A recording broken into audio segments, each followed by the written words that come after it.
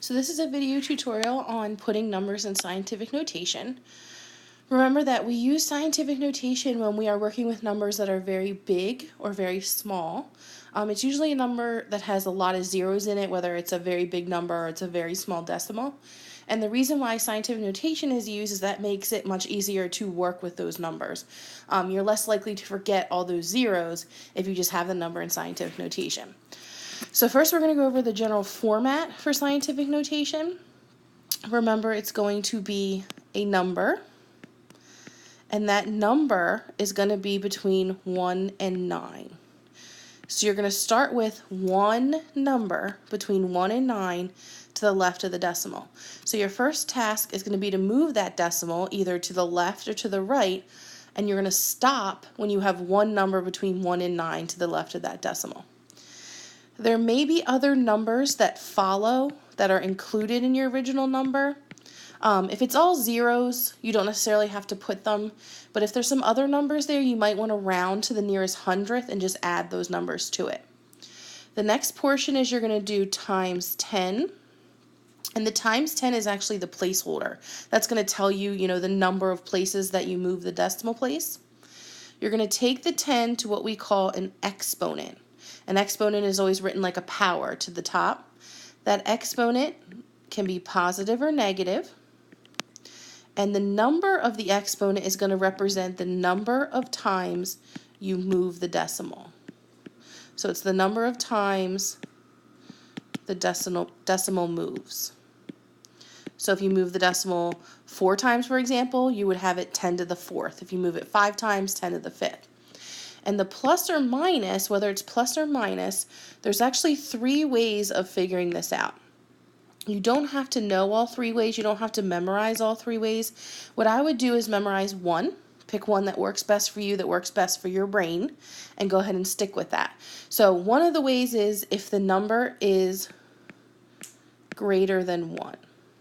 If the number you are using is greater than 1 over 1, the exponent will be positive. If the number is less than 1, it will be negative. So very simply, if it's over 1, positive, less than 1, negative. If the number is very, very big, so we're talking like a million, a billion, you would use a positive exponent. If the number is very small, meaning you have lots and lots of decimal points, lots and lots of zeros, then it's going to be a negative exponent. And then last, if you move the decimal to the left, you're going to have a positive exponent, and if you move to the right, you're going to have a negative exponent. So again, you don't have to remember all 3 of these ways. I would just pick one, positives greater than 1, positives, negatives less than 1, and just stick with that, and that's going to help you remember your decimal. So let's go ahead and get started with practicing here. So we're going to start with number 1.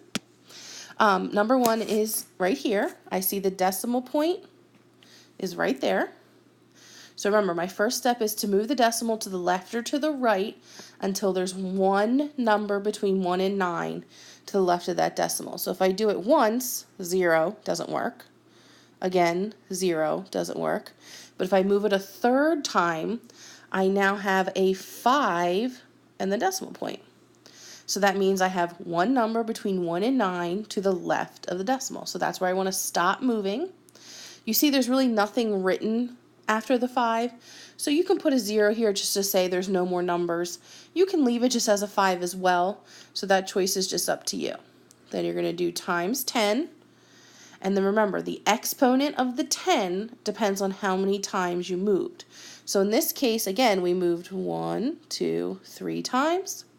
So I'm going to put a 3, and then we're going to look at one of those reasons. This number is less than 1, it's very small, and we move the decimal to the right. So for all of those reasons, this exponent is going to be negative.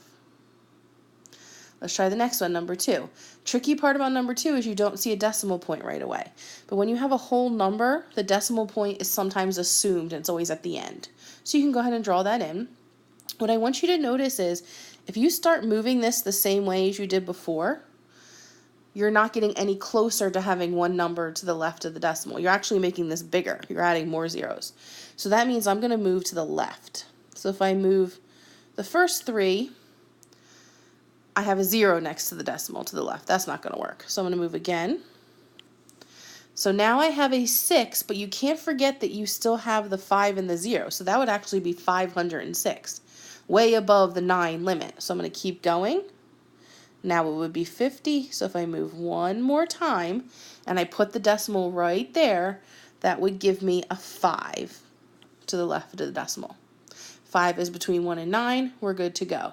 Now what I want you to notice is different about this one is the fact that I have numbers after that 5. So in the one before, I didn't have anything. Now I have some numbers. So what I want to do is include the 0 and the 6. You don't have to include all those extra zeros. It's kind of redundant. So I'm going to put 5.06 so I don't forget that there's other numbers there. Usually you want to round that to 2 decimal places to the 100th. And then again, I'm going to do the times 10. It's always times 10.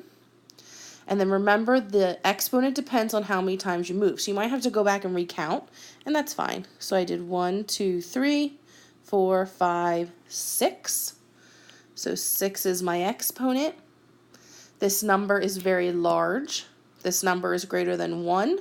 And this number I move to the left. So for all those reasons, it is a positive exponent. You don't usually write that. So it's kind of like one of those given things. If you just have a number, it's assumed it's positive. So we can just leave it just how it's written, 5.06 times 10 to the 6.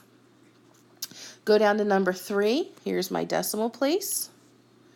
Again, if I start moving it left, I'm just making it smaller and smaller. So that's not going to work. So I'm going to start moving it to the right. And you see here I've just done all zeros at this point, so I'm not really doing anything yet. But if I stop here, there I have an 8. Now again, there's no numbers left, so I don't even have to put technically the 0. I can just leave it just like this as 8. I'm going to put the 0 just so we keep remembering that you have one number to the left of the decimal that's between 1 and 9. One thing I also want to say is you don't want to keep going with this decimal because now you're starting to go the other way. You're starting to add zeros after the 8, and that's going to be 80, 800, 8,000. So you want to make sure you stop in time as well. You're going to do the times 10. And then again, I forgot, so I have to go back and count. 1, 2, 3, 4, 5, 6 times I moved. But in this case, the number was less than 1. The number was very small, and I moved to the right. So in this case, it is -6, not +6. So what I want you to look at real quickly is, if I had done this incorrectly, so if I had, ignored the decimal or wasn't paying attention to the decimal, and I put -6 for 3 and for 2, that's going to make them appear like they're a very close number when in fact they're very opposite. So I got to make sure I put that negative there to show that it's a decimal point number, not a very large number. Now for number 4, I'm going to actually try to keep count. I'm going to do it a little bit quicker. I'm not going to do as many steps. So again, decimal points at the end, it's assumed. This time I'm going to keep track of how many times I move it as I move it. So I do 1, we're at 109, that doesn't help. 2, we're at 10, doesn't help. 3 times is going to give me a 1, and that's what we want, a 1 number to the left of the decimal. Again, I have more numbers shown here, so I'm going to include that in my number, times 10, and I'm remember that I moved 3 times, so I put the third there. So it's 1.09 times 10 to the third. It is a positive exponent, numbers very big, numbers greater than 1, and we move left. And then the last one here, here's the decimal.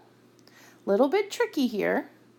If I just move 1 time, I get a 2 to the left of the decimal, and that's what I want. I want 1 number to the left of the decimal. If I go twice, that would give me 25 to the left of the decimal, and I don't want that. I want 1 number to the left of the decimal, and you stop when you get there. So I'm not going to forget that 5. I'm going to include that 5 there, times 10 as we've been doing. And this time it's a little tricky. I only move once. So the exponent is a 1. It is actually a -1. Numbers less than 1, numbers very small. For a number like 0.25, you wouldn't traditionally write that in scientific notation. That's just more of a practice for you. So go ahead and start doing the extra practice and practice yourself.